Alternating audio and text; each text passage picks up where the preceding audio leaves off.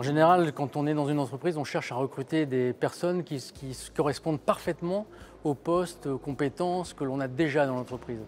Or, il se trouve qu'aujourd'hui, avec la raréfaction des compétences, il faut aller ouvrir le champ des possibles. Et pour changer le champ des possibles, il faut d'abord accepter qu'on peut recruter des personnes qui sont différentes tout en réussissant à les intégrer dans l'entreprise. Ça, c'est vraiment changer l'imaginaire.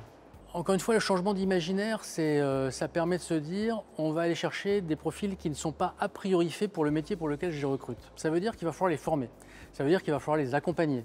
Ce n'est pas seulement un recrutement exclusif dont on parle, mais c'est toute une chaîne d'accompagnement qui va du recrutement à la formation, à l'accompagnement dans l'emploi. Et donc ça a un coût.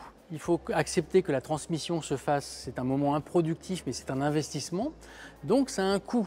Il faut accepter que la formation se fasse tout au long de la vie, donc ça a un coût. Toutes les personnes qui ne rentrent pas dans les schémas traditionnels génèrent un coût pour l'entreprise. Contrairement à ce que l'on pense, l'inclusion au départ n'apporte pas de gain, mais c'est un coût parce qu'il faut faire les rattrapages qui n'ont pas eu lieu avant. En revanche, après, une fois que l'inclusion se fait, une fois que la compétence est là, on a en général une diversité et une palette de savoir-faire, de soft power et de compétences qui enrichit la culture de l'entreprise.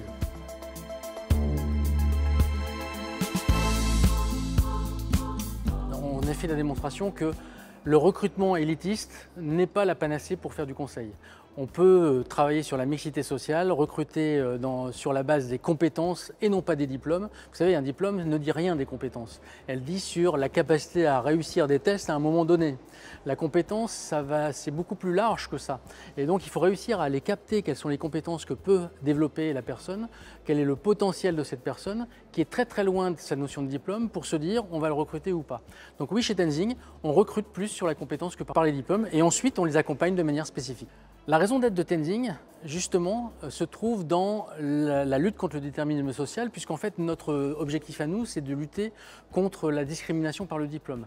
Quelqu'un qui sort d'HEC n'a pas du tout les mêmes perspectives d'avenir que quelqu'un qui a fait un Master 2 de sociologie à Saint-Denis, par exemple, ou à Sarcelles. Donc à ce titre-là, nous, notre rôle, c'est d'aller capter les talents qui sont dans des endroits où ils pourraient être ailleurs. En tout cas, ils sont souvent dans des filières à faible employabilité, et on va leur expliquer qu'en fait, ils ont les compétences pour pouvoir se réinsérer dans des filières à forte employabilité.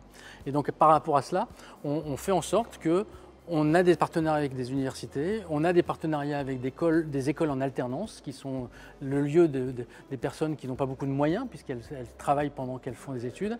Et à ce titre-là, c'est là où on va trouver notre vivier de personnes qui vont passer les tests, et on va regarder si elles sont capables de faire le métier de conseil.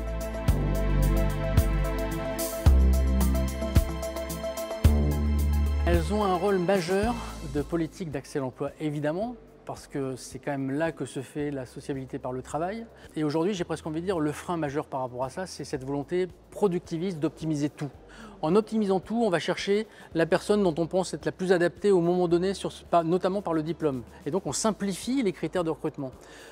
Quand moi je parle de répartition de la valeur différente, je dis qu'il faut qu'on mette une partie de la valeur de l'entreprise dans la recherche des bonnes personnes qui ne correspondent pas forcément au bon diplôme. Et effectivement, dans ce cas-là, ça veut dire que l'entreprise est très impliquée dans la société pour pouvoir identifier où sont les viviers sociaux qui vont lui correspondre. À ce titre-là, elle joue un rôle politique qu'elle doit de plus en plus assumer. De mon point de vue, l'entreprise engagée, c'est une entreprise qui va mettre la responsabilité sociale et environnementale au cœur de ses modes de fonctionnement. C'est notamment les sociétés à mission.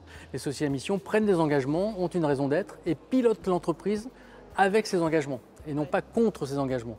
Il y a des engagements extra-financiers qui vont s'associer à la recherche de rentabilité financière pour en faire une entreprise qui va avoir des comportements vertueux sur le marché.